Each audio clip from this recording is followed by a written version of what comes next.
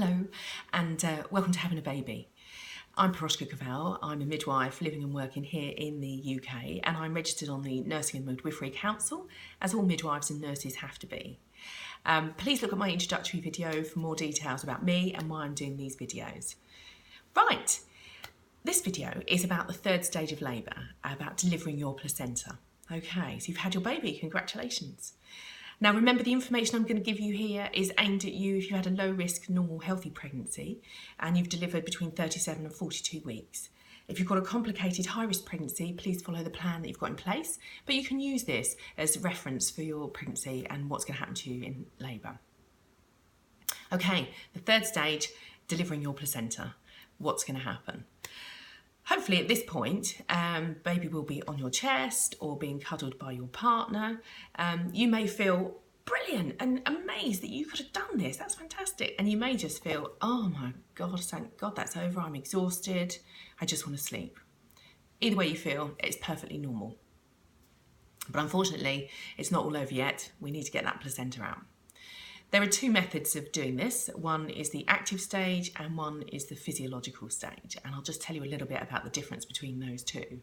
So the active stage is when we give you an injection into your leg as the baby's head delivers, and that really is to speed up the process. And the physiological stage is when we just let your body do it. So what's going to happen? So the baby's out, still attached to the cord. Most units now will allow at least a minute for the cord to stop pulsating and for that last valuable blood and that valuable amount of nutrition to go into your baby. Once the cord has stopped pulsating, it will then be clamped, one clamp near the baby's belly button and one clamp a little further on. And it'll either be the midwives or your birth partner, if they're not squeamish, who'll be able to cut the cord. And for lots of people, that's a really important moment for obvious reasons.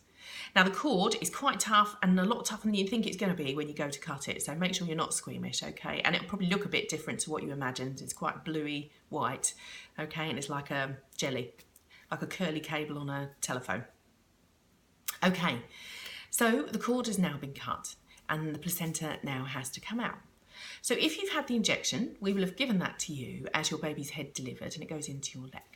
And if you've had the injection, pretty soon there'll be a little trickle of blood, which is called the separation bleed, and the midwife will put her hand onto your tummy to guard your uterus, make sure it stays in place, and she'll hold onto the cord and just gently pull. Now, it feels a really weird sensation. You'll have period-type pain in your back, sort of a dull ache, and then as the placenta comes out, it's a weird kind of letting go feeling. It's quite unusual, but remember, it's not going to be anything like pushing your baby out, so try and remain as relaxed as you possibly can. With the physiological third stage, we don't give you any injection at all, so the cord has been cut and we just wait. Okay, now your midwife may put her hand on your tummy and rub your tummy, and that will stimulate the uterus to contract to get the placenta out. All right, but she won't be pulling on your cord. She may get you to change position, so sit up a bit more, either squat down over a bedpan. She may get you up to go and sit on the toilet. She'll have put a pan in there. It's quite tricksy and a bit messy because obviously you've got the cord swinging around between your legs. It's quite an unusual situation, but she may well get you to do that. If you're in the pool, she may well get you to sit on the step in the pool, which she will have emptied the pool and allow your placenta to come out. And whether it's an active stage or a physiological stage in the pool, you can stay in as long as you're on the step and deliver it in there, but she may ask you to get out. And again, remember, you'll have this dangling umbilical cord swinging around, all right? Okay, with the physiological stage, there can be a little bit more blood than with the active stage, okay? And it can take a bit longer, quite a bit longer. Okay, so you've got these two different ways of delivering your placenta. Why is it so important to get the placenta out? So your placenta was growing into the lining of the uterus right from when that fertilised egg embedded itself in there. And the uterine arteries grew into the placenta, and that's where the placenta gets its blood supply from. And that blood supply keeps your baby receiving nutrition and oxygen throughout the pregnancy. Once your baby's delivered, your body's triggered to know that the baby's out. It releases a hormone to make your uterus contract and the spiral arteries retract and snap down, okay, and allow your placenta to come out.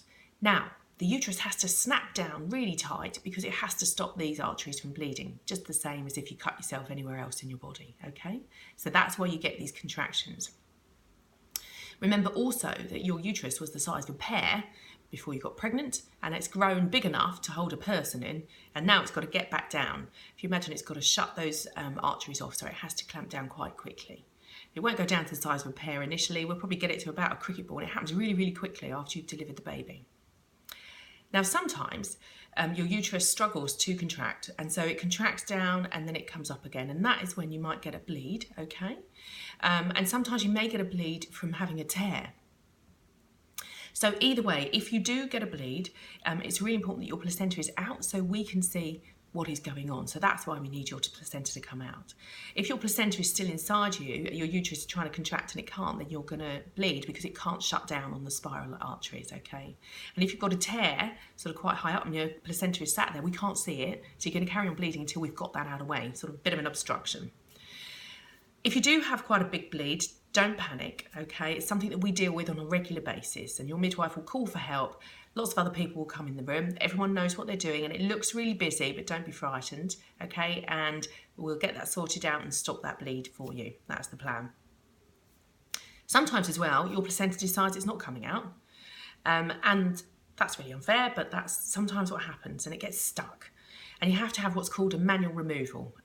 In that instance, most of the time, they'll take you to theatre, give you some pain relief, and then manually remove your placenta. It's really disappointing when you've had a lovely delivery and everything's been fine, but it's just the way it goes. There's nothing you can do about it. It's nothing you've done wrong. It's just the way it is. All right. So after your placenta is delivered, we are then going to have a look and see if you've got any tears. And it feels so awful because you've been through all this and you've had your delivery, you've pushed your baby out, everything's really sore right now. And the last thing you want is someone going in there and having a little look around. Unfortunately, it's really important that we don't miss anything. So bear with us. If you've got gas and air, your midwife might encourage you to use it. And what we're going to do, we wrap sort of swabs, they're like sterile little bandages around our fingers. We have to go into your vagina, shine a light on there, and have a look right the way around to make sure we haven't missed any tears or grazes. It sounds as if we're just being mean, but it's really, really important. We want to make sure we haven't missed any tears because even if it's a constant little trickle, that could cause you a big problem. Sometimes if you have a tear, it doesn't need suturing. It could be a small tear and it doesn't bleed and it comes together well. And in that instance, most of the time, we'll put a sanitary towel on, keep an eye on it, and it may not need any suturing at all. If you do need suturing, then what will happen is you'll be given some local anaesthetic in the room, and it's your midwife that will suture you generally. It's uncomfortable, you have to have your legs up in the air, it's not very dignified, but it's essential, so try and bear that in mind. Sometimes you may have had a cut at delivery, an episiotomy where they've cut down, and in this instance the person who's done the episiotomy has to stitch it up, and if it's the doctor that's done it, it'll be the doctor that will be doing the suturing. Okay, we'll talk more about complications and things in another video. So finally, the placenta is out. We're going to make sure that you've got all clean pads and sheets underneath you and you're nice and comfortable. If you're breastfeeding, we'll help you get baby on the boob. If you just want some skin to skin, great, now's a great time. Get that little person on your chest, skin to skin, or on your partner, skin to skin. And just make sure they're covered with blankets over the top of them, especially their head to keep the heat in. And then at this point, finally, it is all over. And you can relax and get to know your new person with your birth partner. And you hopefully will be offered some tea or coffee and toast, which at this moment in time will be the best thing you've ever tasted. And that pretty much is the third stage of labour.